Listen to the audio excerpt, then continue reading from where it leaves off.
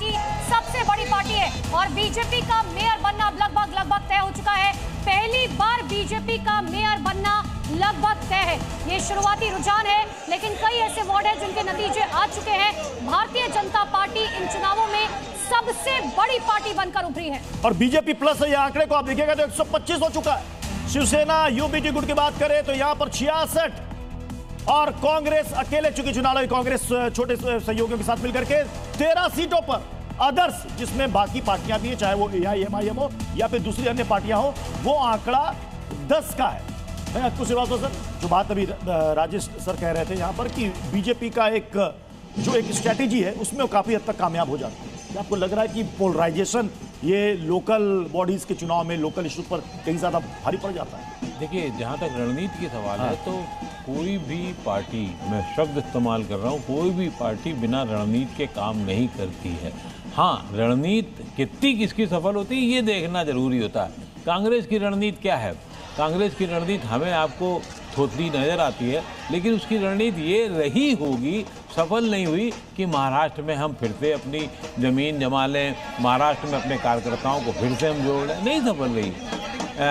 उद्धव ठाकरे की रणनीति ये रही कि हम भाई के साथ में आकर के वहाँ रह लें और फिर उसको जो मराठी मानुस है उसको हम एक साथ अपना कर लें, लेकिन सफल इसलिए नहीं हुई क्योंकि राज ठाकरे ने एक तरीके से षड्यंत्रकारी नीति के तहत उनको सोचा कि हमको इतने साल बर्बाद किया गया, अब हम ये हम समझ रहे हैं, है क्या असलियत है क्या नहीं है, ये एक अलग सवाल है। आपको रोकना चाहेंगे, ये देखिए जरा जश्न की तस्वीरें जो मुंबई से आ रही है वो भी दर्शकों को दिखा दें। बिल्कुल, ये जश्न की तस्वीरें देख लीजिए, हर कोई नाचता झूमता गाता हुआ नजर आ रहा है। भारतीय जनता पार्टी के लिए सबसे बड़ी विक्ट्री के तौर पर इसे कहा जा रहा है। एक बार सुनिए।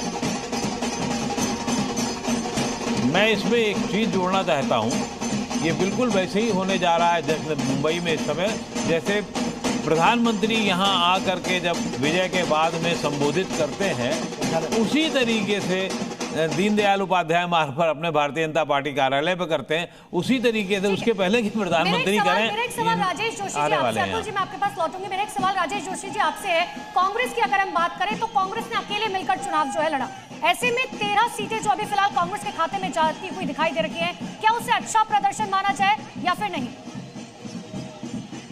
नहीं, जाहिर सी बात है, अच्छा प्रदर्शन तो बिल्कुल नहीं कहा जा सकता है। देखिए, बिहार इलेक्शन का से जो नतीजे निकले उसके बाद कांग्रेस के भीतर जो बातचीत हुई उसमें किसी ने राहुल गांधी को समझा दिया कि दूसरों के साथ जाने से आपकी अपनी जड़ें कटती हैं, इसलिए आप जो है अकेले चुनाव लड़िए।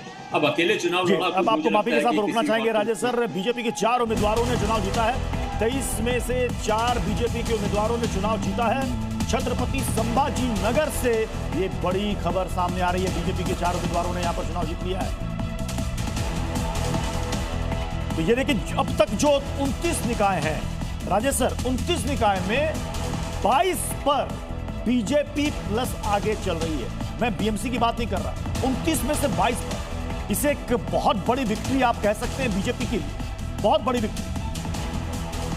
जाहिर सी बात है, बिल्कुल बीजेपी के रणनीतिकारों की विक्ट्री है। और इस बार खास बात ये रही कि हर छोटे वार्ड के चुनाव में नरेंद्र मोदी और अमित शाह जाते थे, इस बार नहीं गए वो, इस बार उनकी प्रेजेंस वहां नहीं थी, तो देवेंद्र फडणवीस की इसमें चली है वहां पे। लेकिन एक चीज मैं यहाँ पे कहना चाहता हूँ, कंप्लीट करने दीजिएगा, इस चुनाव के जो नतीजे है ना, इससे अब जो है शिंदे जी को भी थोड़ा सतर्क हो जाना चाहिए। बीजेपी ऐसा वटवृक्ष बन गया है, अपने नीचे किसी को पनपने नहीं दे रहा है, वो कोई धूप घास पैदा नहीं होने दे रहा है, हालांकि उनको नाराज नहीं कर रहा है। ये देखिए, ये क्या बोलते हैं उनको, उनके जो केंद्र में भी अगर जो सहयोगी पार्टियां हैं उनको भी ये सबक लेना चाहिए कि आपकी वजह से, आपकी मदद से छोटे छोटे इलाकों में, राज्यों में जो है वो उन्होंने सत्ता पे कब्जा तो किया है, लेकिन उनका अपना एजेंडा चलता रहता है। उनका कार्यकर्ता कैडर, राष्ट्रीय स्वयंसेवक संघ, वो लगातार काम करता रहता है और दूसरों की जमीन को खेल खा लेता है। मन में कहीं ना कहीं थोड़ी सी जेलसी जरूर पनप सकती है। डरना चाहिए उनको, जेलसी नहीं बनेगी, उनको डरना चाहिए कि उनकी जड़ें कटेंगी अब। लेकिन कुछ सर, राजनीति या कोई भी क्षेत्र हो, महत्वाकांक्षा तो हर किसी में होती है आगे बढ़ने की। ये राजेश जी की ये थ्योरी, हमारे मित्र हैं इसलिए ये थ्योरी जो है बहुत पुरानी है और कम से कम पिछले 10 साल से तो ये लगातार चली रही है, ये थ्योरी है। लेकिन कौन सा दल ऐसा नहीं करता है? अगर इसी थ्योरी पर पिछले चुनाव तक बिहार में जनता दल यूं चली है, इस बार बीजेपी आ गई, पिछली थेरी भी तो वही थी वहाँ पर। तो जिसका जहाँ वटपक्ष होता है वो बढ़ाता ही बढ़ाता है, और वो बढ़ाने का एक उनका हक है, वो उसको ये कोई अनजान तरीके से नहीं हो रहा है। सर राजेश सर का इशारा कहीं समाहित करने पर तो नहीं था राजेश सर? कहीं समाहित करने पर तो आपका इशारा समाहित कोई नहीं करेंगे। नहीं, अंकुर श्रीवास्तव समाहित सर जवाब दीजिएगा, मैं लौटूंगी आपके पास माफी के साथ। लेकिन एक बड़ी खबर आ रही है दहिसर वार्ड नंबर 4 से। बड़ी खबर है, शिंदे गुट के उम्मीदवार मंगेश चुनाव जीत चुके हैं, ठाकरे गुट के उम्मीदवार राजू हार चुके हैं चुनाव। ये दहिसर वार्ड नंबर 4 से आपको ये अपडेट दे रहे हैं, जहां पर शिंदे गुट के उम्मीदवार मंगेश ने चुनाव जीत लिया है। हमारे साथ 2 सहयोगी लगातार बने हुए हैं, अंकुर त्यागी भी जुटे हुए हैं हमारे साथ, और साथ ही अश्विन भी बने हुए हैं। अश्विन, मातोश्री में कुछ तो हलचल हो रही होगी कि आगे करना क्या है? जी देखिए, अभी तक यहाँ पर बिल्कुल सन्नाटा है, कोई भी हलचल। हम सुबह से यहाँ पर देख रहे हैं कि शायद कोई नेता आ जाए, शायद जो जीते हुए उम्मीदवार हैं वो आ जाएं, लेकिन ना ही कोई नेता यहाँ पहुँच रहा है, ना ही जीते हुए जो उम्मीदवार थे अश्विन, ये तो आप बाहर की तस्वीर दिखा रहे हैं, लेकिन आपके सोर्सेज क्या बता रहे हैं अंदर से? अंदर खेमे खाने क्या चल रहा है? जी देखिए, पूरा परिवार इस वक्त जो लगातार नतीजे आ रहे हैं उस पर नज़र बनाए हुए हैं। परिवार के सारे सदस्य अंदर हैं, वो सभी नज़र बनाए हुए हैं कि जैसे ही जो है नतीजे उनके पक्ष में आने शुरू होंगे, जाहिर है कि मातोश्री में जो जीते हुए उम्मीदवार हैं उनको आने के लिए कह दिया जाएगा। जीतने के बाद मातोश्री में उन्होंने बाकायदा जो भी उम्मीदवार हैं उन्होंने संपर्क किया, लेकिन अभी यहाँ पर किसी को आने के लिए नहीं कहा गया है। जैसे ही आंकड़े, चूँकि अभी रुझान है और ये रुझान अब जिस तरह के आ रहे हैं उससे बहुत ज़्यादा बदलाव होता हुआ दिख नहीं रहा है। अगले 1 घंटे बहुत ज़्यादा क्रुशियल होंगे। 2:30 बजे के बाद जो स्थिति होगी लगभग वही स्थिति ये पूरा जो परिणाम है उस पर डिपेंड करेगा, क्योंकि 2:30 बजे आखिरी जो काउंटिंग है वार्ड्स की वो शुरू हो जाएगी, और जो शुरुआती नतीजे या यूँ कहें रुझान जो आए होंगे वही नतीजे में तब्दील होंगे।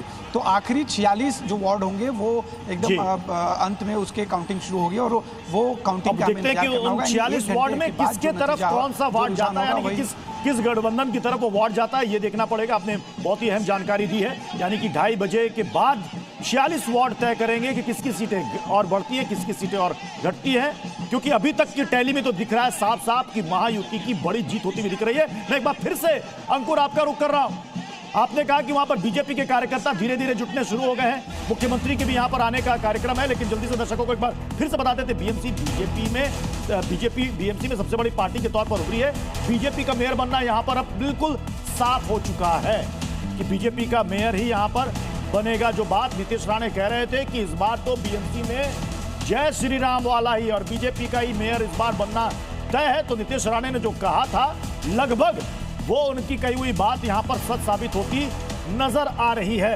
हमारे साथ राजेश सर भी जुटे हुए हैं। राजेश सर, भी आपने एक बात कही थी कि डरना चाहिए इनको, एकनाथ शिंदे को, जिस तरीके से बीजेपी बढ़ती जा रही है। आपका इशारा समाहित करने की तरफ था या क्या था?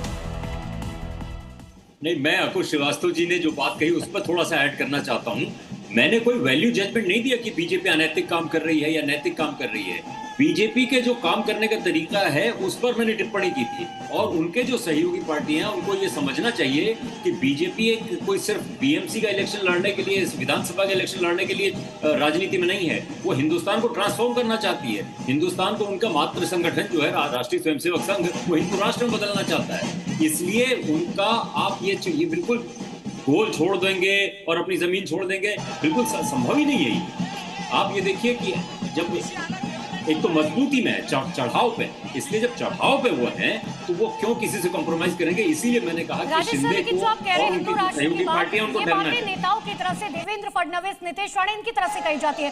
कभी भी मन से प्रधानमंत्री नरेंद्र मोदी ने या अमित शाह ने हिंदू राष्ट्र का जिक्र नहीं किया। नहीं, इस बात को समझना चाहिए। हिंदू राष्ट्र का जिक्र जो कोई भारत में संविधानिक पद पर रह करके कर ही नहीं सकता है। ये तो हिंदू राष्ट्र का जिक्र ऐसे नहीं होता है। वो तो एक डॉग व्हिसलिंग होती है, मतलब मैसेज पहुंच जाता है जहां तक पहुंचना चाहिए, और जो देता है उसको भी मालूम होता है, जो सुनता है उसको भी मालूम होता है। सर, अगर मैं बात करूं महाराष्ट्र में और बीएमसी की बात करें, मुंबई की बात करें, यहाँ पर मराठी वोटर्स के साथ साथ मुस्लिम वोटर्स भी बहुत मायने रखते हैं। और मैं बीजेपी को अगर माइनस कर दूं तो उनके अलाइज ने भी, चाहे वो एनसीपी अजित पवार का गुट हो, उसने भी मुस्लिम कैंडिडेट उतारे, शिवसेना उद्धव गुट ने उतारे, कांग्रेस ने भी उतारे। लेकिन आपको लग रहा है कि एक गुट मुस्लिम मतदाता एक साइड गया या बट गया? देखिए, तय बात है कि मुस्लिम मतदाता वहाँ का बहुत महत्वपूर्ण है, बहुत प्रभावी है और कई सेक्टर में उसका आधिपत्य है। ये भी बता दूं मैं आपको, 27% है। हुआ क्या गड़बड़, या तो ये बीजेपी के ट्रैप में विपक्ष के लोग फंसते चले गए, विरोधी दल फंसते चले गए, सबको वहीं का वोट बैंक ज़्यादा समझ में आया और उसकी वजह से, उस आवाज़ की वजह से हो सकता है एआईएम के जो नेता ने कहा ना कि बुर्का नशी वहाँ पर होगा, तो